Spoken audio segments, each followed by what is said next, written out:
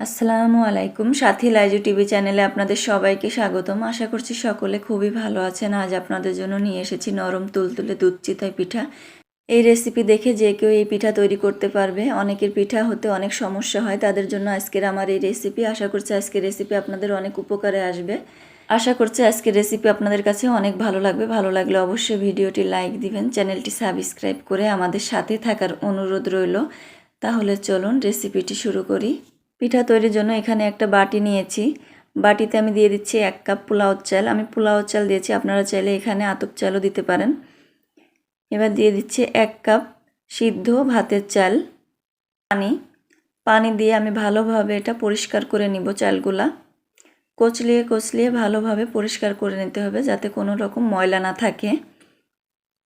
আমি ভালোভাবে কিন্তু এটা কচলিয়ে নিয়েছি। এবার এই পানিটা আমি ফেলে দিব, ফেলে পরিষ্কার করে ধুয়ে নিব। চালটা আমি ভালোভাবে ধুয়ে নিয়ে এসেছি। এবার আমি 6 ঘন্টার জন্য চালটা ভিজিয়ে রাখবো। এখানে নর্মাল পানি দিয়ে আমি চালটা কিন্তু ভিজিয়ে রাখছি। এক সাইডে চালটা আমি রেখে দিচ্ছি। এখানে আমি আধা কেজি খেজুরের গুড় নিয়েছি। এখানে দিয়ে দিচ্ছি 1/2 কাপ পানি দিয়ে আমরা এই গুড়টা একটু লিকুইড করে নিব। এজন্য চুলা অন করে দিচ্ছি। চুলা অন করে ভালোভাবে ফুটিয়ে নিব পানির সঙ্গে গুড়টা। দেখুন এরই মাঝে কিন্তু গুড়টা অনেকটা গলতে শুরু করেছে। এখন পুরোপুরি কিন্তু গুড়টা গলে গেছে। এবার ভালোভাবে বলক তুলে নিব। ভালোভাবে বলক তুলে নিয়েছি। এবার আমি গুড়টা এক সাইডে নামিয়ে রেখে দিচ্ছি। এখানে নিয়েছি আমি 1.5 লিটার দুধ। দুধটা আমি নেড়ে চেড়ে জাল করে নিচ্ছি। দুধটা আমাদের যখন ফুটে আসবে ঠিক তখন আমরা লিকুইড করা গুড়টা দিয়ে দিব। এখন গুড়টা আমি মিক্স করে নিচ্ছি। অনেক সময় দুধের সঙ্গে গুড় মিশাতে গেলে ছানা কেটে যায়। আপনারা যদি এইভাবে লিকুইড করে মিশান তাহলে কিন্তু ছানা কাটবে না। পুরো গুড়টা আমি ঢেলে দিলাম। ঢেলে এবার নেড়ে চেড়ে মিক্স করে নিচ্ছি। মিক্স করে আমি দুধটা একটু ফুটিয়ে নিব। দেখুন এরই মাঝে কিন্তু দুধটা ফুটে উঠেছে। এবার নেড়ে চেড়ে দুধটা আমরা 5 মিনিট জাল করে নিব। এবার আমি দিয়ে দিচ্ছি 1 প্যাকেট 10 টাকার ড্যানো গুঁড়া দুধ। গুঁড়া দুধটা দিয়ে আবারও আমি ভালোভাবে নেড়ে চেড়ে মিক্স করে নিচ্ছি। মিক্স করে নিয়ে এবার আমি দিয়ে দিচ্ছি 2টো এলাচ, দিয়ে দিচ্ছি 1/4 কাপ চিনি। মিষ্টিটা একটু কম হয়েছে এই জন্য দিয়েছি। আপনাদের কাছে যদি মিষ্টি ঠিক থাকে না দিলেও হবে। এবার ভালোভাবে মিক্স করে নিচ্ছি। মিক্স করে আমি আবারও 5 মিনিট ভালোভাবে দুধটা জাল করে নিব। আমি এরই মাঝে কিন্তু ভালোভাবে 5 মিনিট জাল করে নিয়েছি। এবার আমি চুলাটা বন্ধ করে দুধটা নামিয়ে এক সাইডে ঢেকে রেখে দিব। এবার 6 ঘন্টা পর ফিরে এসেছি। দেখুন চালটা কি সুন্দরভাবে ভিজে গিয়েছে। এবার আমি এটা একটা ব্লেন্ডার জারে নিয়ে নিচ্ছি। চালটা আমি ব্লেন্ডার জারে ঢেলে নিয়েছি। এবার দিয়ে দিচ্ছি 1/2 কাপ ভাত, দিয়ে দিচ্ছি 1 চা চামচ উঁচু করে লবণ। এবার দিয়ে দিচ্ছি 1 চা চামচ বেকিং পাউডার। এখানে চুলায় আমি একটা পাত্রে গরম পানি করে নিচ্ছি। এখানে আমি 3 কাপ গরম পানি করে নিচ্ছি। যে বাটি মেপে চাল নিয়েছি আমি সেই বাটি মেপে কিন্তু পানি দিয়ে নিয়েছি। ভাত আর চাল দিয়ে আমরা এখানে 2.5 কাপ নিয়েছি, এজন্য এখানে আমাদের 3 কাপ পানি লাগবে। 3 কাপ পানি আমরা ভালোভাবে গরম করে নিব। যখন এইভাবে বাবল উঠবে ঠিক তখন আমরা চুলোটা বন্ধ করে সরাসরি পানিটা চালের ভিতরে ঢেলে দিব। এবার আমি চালের ভিতর পানিটা ঢেলে নিচ্ছি।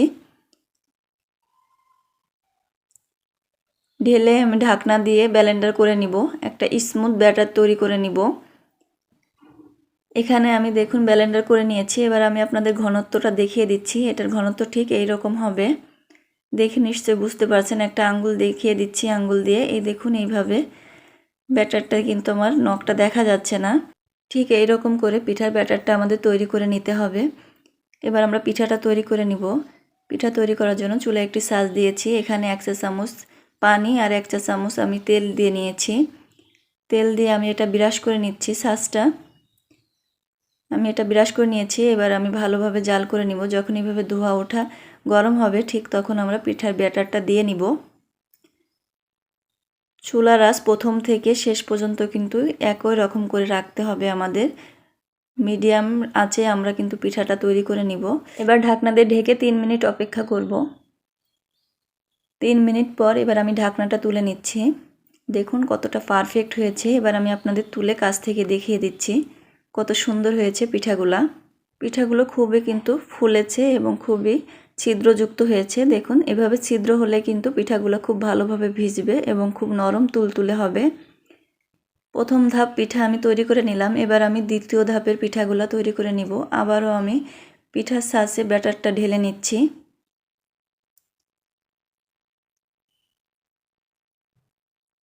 এক এক করে কিন্তু আমি সবগুলা পিঠার ছাঁচে পিঠা দিয়ে দিলাম। এবার আমি আবারও ঢেকে 3 মিনিট অপেক্ষা করব। 3 মিনিট পর আমি আপনাদের দেখিয়ে দিচ্ছি। দেখুন কত সুন্দরভাবে এটা ফুলে উঠেছে। একই রকমগুলো সবগুলো পিঠা আমি বানিয়ে নিব। এবার আমি আপনাদের কাছ থেকে দেখিয়ে দিচ্ছি এই পিঠাগুলো কতটা ছিদ্রযুক্ত হয়েছে। দেখুন কত সুন্দর হয়েছে আর খুবই সফট। আপনাদের আমি দেখিয়ে দিচ্ছি, দেখুন কতটা নরম হয়েছে। নরম, এটা কিন্তু দুধে দিলে কিন্তু ভিজে ডবল হয়ে যাবে। দেখতেই পাচ্ছেন কত সুন্দরভাবে এটা কিন্তু ফোল্ড করা যাচ্ছে। খুবই নরম আর খুবই সফট। এবার আমি দুধের শিরায় এগুলো ভিজিয়ে দিচ্ছি। এর আগে কিন্তু আমি পিঠাটা তুলে ছাঁচ থেকে সরাসরি দুধের শিরায় দিয়েছি। এবার আমি আবারও দুধের শিরায় এগুলো ভিজিয়ে ঢাকনা দিয়ে ঢেকে এক সাইডে রেখে দিচ্ছি। সঙ্গে সঙ্গে কিন্তু আমি আপনাদের একটা পিঠা তুলে কেটে দেখাবো। এটা কিন্তু আপনারা সঙ্গে সঙ্গেও খেতে পারেন কিংবা 6-7 ঘন্টা পরে ভিজিয়ে রেখেও খেতে পারেন। 6-7 ঘন্টা পরে খেলে এটা কিন্তু আরও ডবল হয়ে যাবে এবং খুবই সফট হবে, নরম তুলতুলে হবে। এখনও কিন্তু বেশ নরম হয়ে এসেছে। আপনাদের আমি কেটে দেখাচ্ছি। কেটে দেখলে আপনারা বুঝতে পারবেন কতটা সুন্দরভাবে এটা কিন্তু ভিজে গেছে কিছুক্ষণের ভিতরেই। দেখুন এবার আমি কিন্তু এটা 6-7 ঘন্টা পর এবার আমি আপনাদের পরিবেশন করে দেখাবো। 6-7 ঘন্টা পরও কিন্তু এটা অনেকটা সফট এবং অনেক নরম তুলতুলে হয়ে এসেছে। এবার একটা পিঠা তুলে আমি আপনাদের কেটে কাছ থেকে দেখিয়ে দিচ্ছি। দেখে আপনারা নিশ্চয়ই বুঝতে পারবেন কতটা সফট আর কতটা ইয়ামি হয়েছে। দেখুন খুবই সফট, খুবই ইয়ামি, খুবই জুসি। আশা করছি আজকের রেসিপি আপনাদের কাছে অনেক ভালো লেগেছে। ভালো লাগলে অবশ্যই ভিডিওটি লাইক দিবেন। সবাই ভালো থাকবেন, সুস্থ থাকবেন। পরবর্তী রেসিপির আমন্ত্রণ জানিয়ে আজকের মতো বিদায় নিচ্ছি। আল্লাহ হাফেজ।